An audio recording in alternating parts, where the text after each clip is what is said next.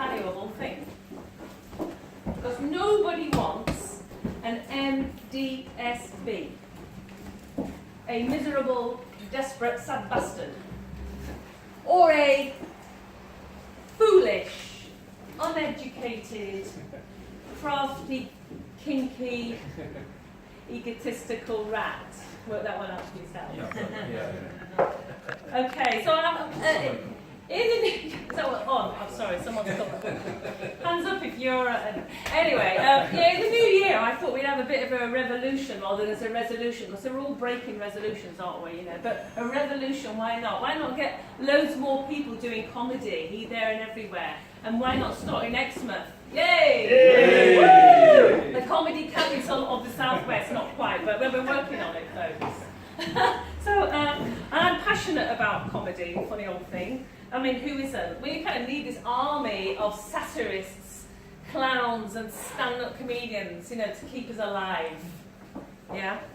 And it's funny because I ask the people why they come to the lesson. Some people want to be top stand-up comedians and make a career, which is great. Some people, you know, they're coming because it's just a nice evening out. Beats watching EastEnders. And some people, you know, want it because they're feeling, you know, mixed with people and cheer themselves up. And some people just want to explore the funny side of themselves and share it with anybody and everybody who wants to listen. So we're now extracting that from people in our lessons here. So tonight it's a bit of a work in progress, so people are going to come up and do a little bit, and then I'm going to stand up for a moment or two and just kind of say what we've been looking at, what's come out of that piece, and just have a go at doing what we've been doing in the lessons. So starting off tonight, we've got an Olympian, Exmouth Olympian sailor Ben Cornish. No, he's not actually. It's Ben Cornish, the top compere, entertainer, ukulele player, tip-top entertainer in the Southwest. So Ben Cornish, give us a hand, please. Our glorious.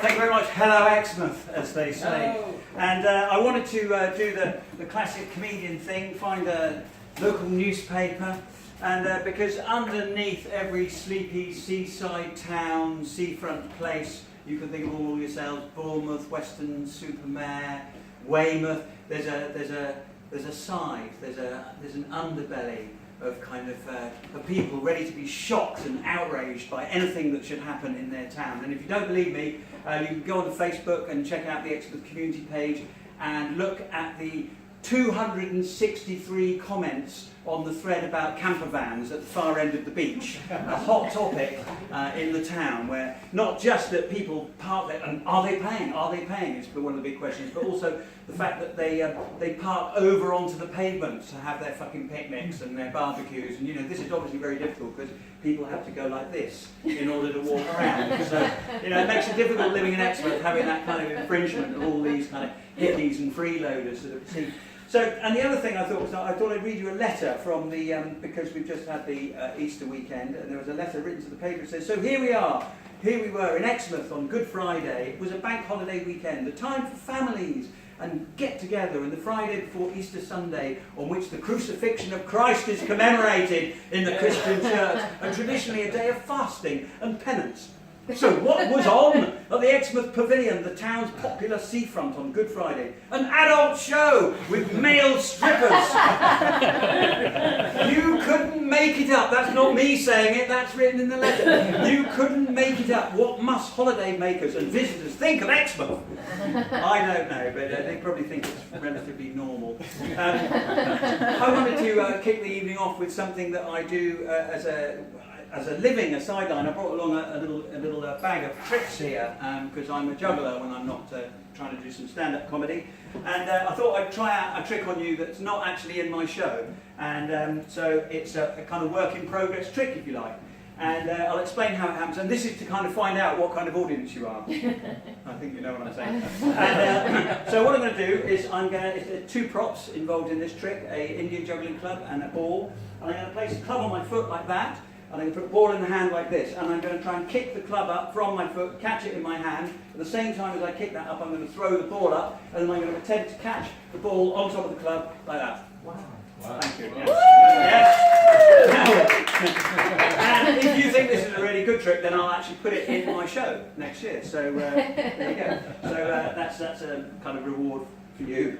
But because it's a work in progress trick, I haven't really got a title for it. But I thought of one, just a very quick one. I'm calling it, at the moment anyway, I'm calling it my 1 in 10 trick. So let's see. Here we go. Whoa! One. Do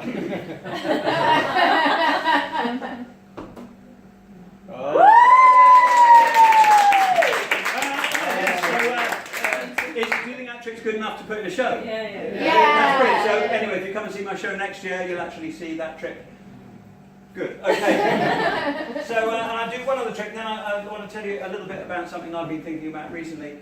This is another trick that I do. I was going to do a juggling trick, but it is kind of a juggling trick, but it's only with one ball, mainly because I don't want to peak too soon. So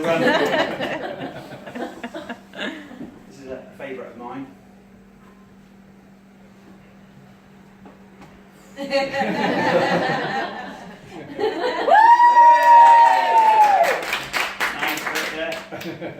Nearly everyone clapping. I say nearly everyone. Couldn't help noticing the bloke there with the check shirt and the penis belt there. He didn't clap. I'll see what the problem was.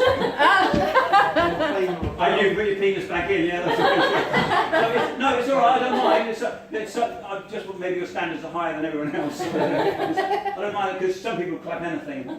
Thanks for that. Yeah. But, some people may need a little bit more, and that's fine. So what I'll do for you is I'll spin the ball again. So I'm going to spin the ball again and add the difficult bit.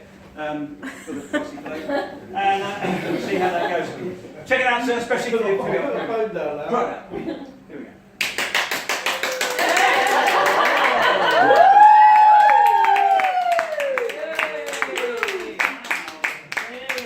So I even got the noise when I did it there.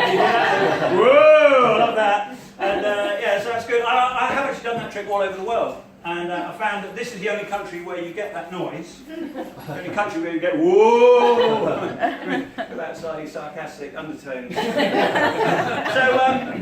I haven't been that well lately, and I've got a self-diagnosed condition. And I'm calling it UFU because we had a few. What are they? Not synonyms or what are they? Acronyms, yeah. And so UFU is utterly fucking useless is what it stands for. And what I'm afflicted with is a triple whammy of 3 conditions, and they're kind of human conditions. When one of them is always seeing the other point of view. And I always thought it was a good thing to see the other point of view until I started seeing somebody who realised that I didn't always see her point of view above everybody else's. So it's not always a good thing. You think of it as a good thing, it's not necessarily always a good thing. But I found that. And the other condition that I have is distraction.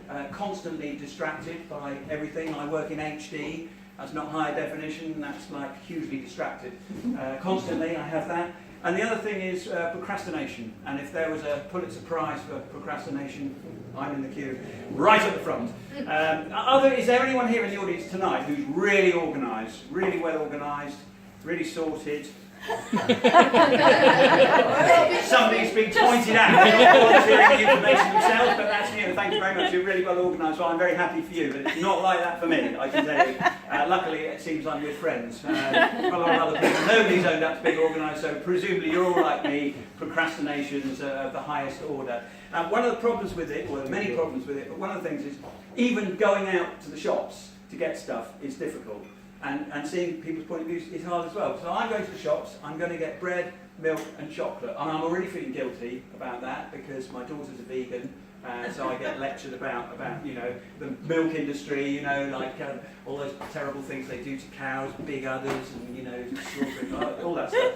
So I get that. And I also feel guilty because I have a very close friend who's a nutritionalist and he talks about the 3 evils, which are, of course, wheat, sugar, and dairy. Brilliant. So milk, chocolate, I'm fucked, just going down to the shops, I'm really feeling bad about things already.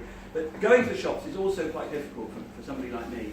I've got my bag, I'm going to get to the vehicle, got my car keys, right, I'm off. So go out to the vehicle, go, oh, I haven't got my bags to do actually pick up the shopping in, so go back in, put down the keys, where are the bags, go down, find the bags, get my other bag, great, off the vehicle, no, hang on a minute, I haven't got my keys, right, go back in, got the keys, right, I must get it right this time, I've got my bags, I've got my keys, I've got my bag, which has got my wallet in it, no, it hasn't got my wallet in it, where's my wallet, it's not in the bag, where's my wallet? My wallet is in the other room, why is it in the other room? Ah, because earlier on I was doing a little bit of eBay shopping, so I had to take my card out, so I go into the other room, there's the card, there's the wallet, there's the tablet, just have a quick look at the before I go out. Oh, look! Oh, Jeff's having a really hard time. I'll send him a little message, a bit of encouragement, you know. And, oh, look, Charlie's made some more chutney. Nice one, Charlie. Yeah. Oh, look, there's a petition. There's a petition here to shove a red hot poker up Michael Gove's arse. Right? Yes, I'm going to sign that. Now, where was I? Shopping, keys, bag, wallet. It is a real nightmare. So, and I just wanted to put a plug that if any of you are also UFU, then maybe you'd like to come and see me afterwards, and we can form a Facebook support. Yeah, that'd be nice. Thanks very much.